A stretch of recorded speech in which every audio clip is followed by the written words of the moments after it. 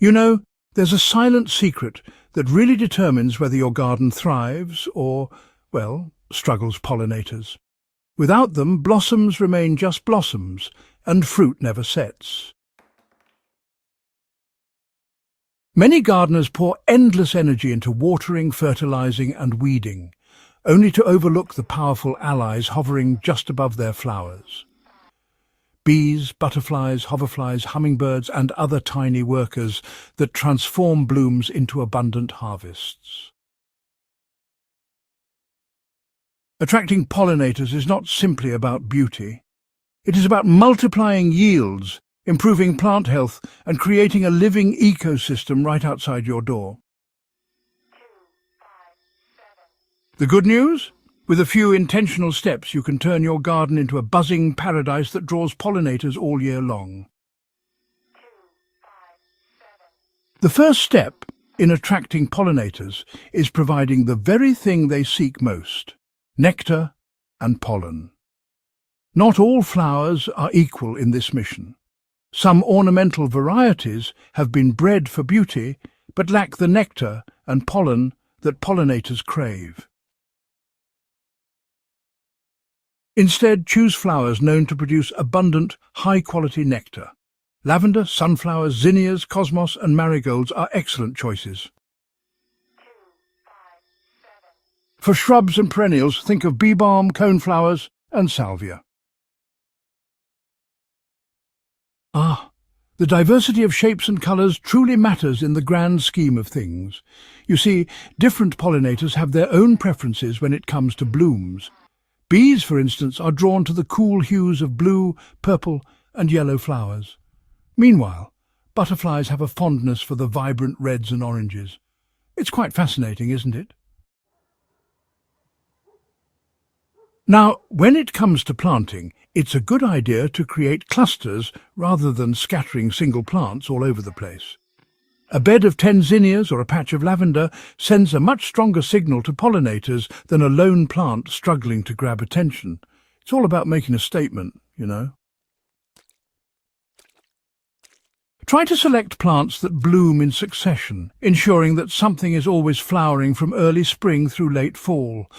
This way, there's a constant availability of food, which keeps pollinators coming back rather than abandoning your garden when one bloom cycle ends.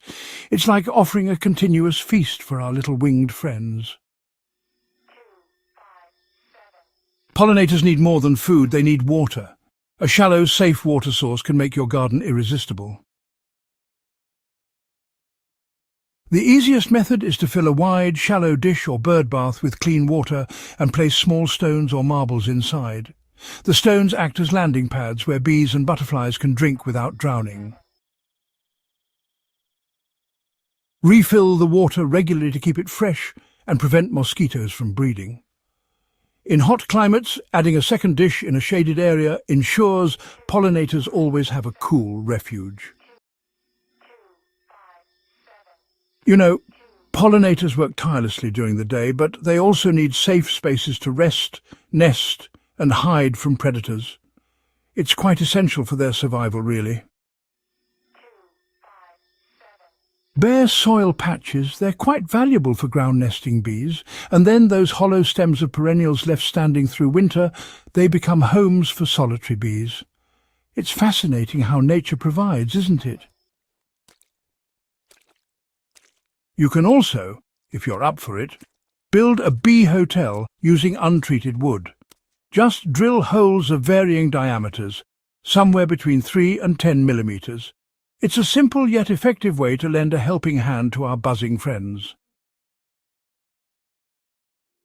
You know, for butterflies, thick shrubs, hedges or even tall grasses provide resting areas protected from wind and rain.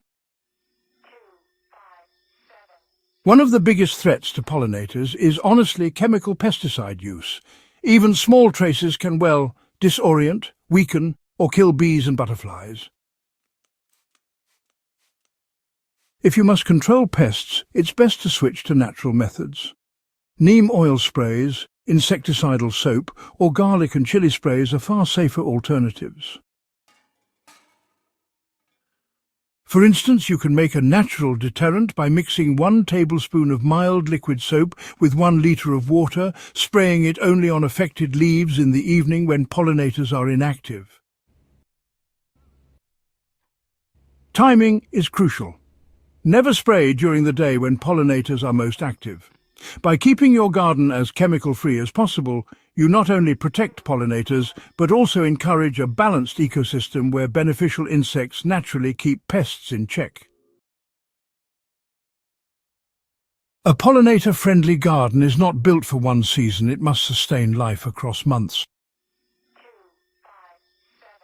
In early spring, pollinators emerge hungry and, well, desperate for food. Planting crocus, alyssum or early blooming fruit trees gives them the first meal of the year.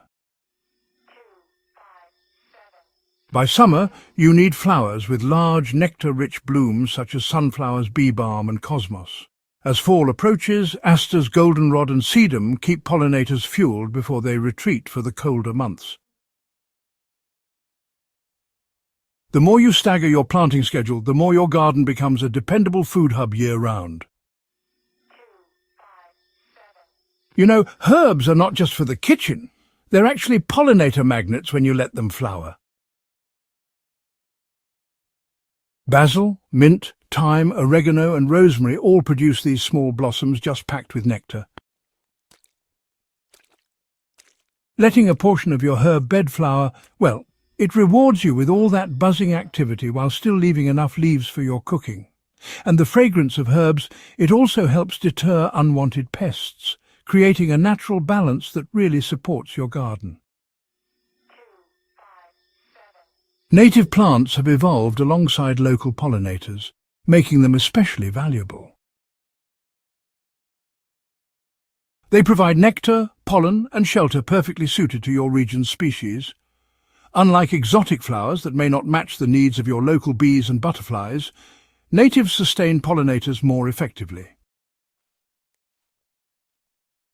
Research which wildflowers and shrubs are native to your area and include them in your garden design. Beyond attracting pollinators, native plants are hardy, requiring less water and maintenance, which makes your garden more sustainable in the long run. While flowers are the natural source of nectar, supplemental feeding can support pollinators during scarcity. A simple homemade nectar formula for hummingbirds or butterflies is easy to prepare. Mix 1 part white sugar with 4 parts clean water. For example, dissolve 1 cup of sugar into 4 cups of water.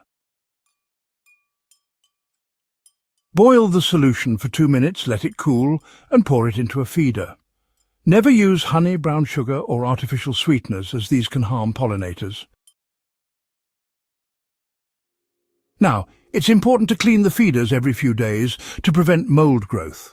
This reliable food source ensures that pollinators continue visiting your garden even when flowers are scarce. You know, pollinators are more likely to stay in a garden that's designed with their needs in mind. Grouping plants of the same species together, well, it makes nectar collection more efficient, and mixing flower heights from ground cover blooms to tall shrubs creates layered feeding stations. Sunny, open spaces with good visibility are preferred, so, avoid overly dense planting that hides flowers. At the same time, leaving a few wild corners untouched adds to the diversity of your garden and provides natural habitat for pollinators that dislike cultivated areas. Don't overlook the flowers of your food crops. Tomatoes, cucumbers, squash, strawberries and beans all depend heavily on pollinators. By growing a mix of vegetables and fruiting plants alongside your flower beds, you give pollinators even more reason to visit. Interplanting vegetables with herbs and flowers, such as marigolds with tomatoes or basil with peppers, creates a balanced, pollinator-friendly environment that also boosts crop yields. Attracting pollinators is not about a single action, it is about creating an ecosystem. By planting nectar-rich flowers, offering water, building shelter, reducing chemicals and diversifying your garden, you lay the foundation for a thriving partnership. Pollinators are nature's gardeners, and you know the more you welcome them, the more abundant and resilient your harvest becomes. Each step you take, well, it really strengthens the cycle of growth, beauty and productivity. Every gardener dreams of a thriving, productive garden, but without pollinators, that dream falls short. By intentionally designing your garden to welcome them, you are investing in more than just flowers and fruits. You are investing in life itself. A pollinator-friendly garden hums with energy, teaches us patience, and rewards us with abundance. Start today with even one patch of pollinator-friendly flowers or a small water station. Small steps create ripples, and soon your garden will become the buzzing, fluttering haven you always imagined. If you found this guide helpful, make sure to subscribe to Growth Hub Central for more proven gardening hacks, and share this with fellow gardeners who want to boost their harvest. Together, let's grow gardens that not only feed us, but also protect the pollinators that sustain the world.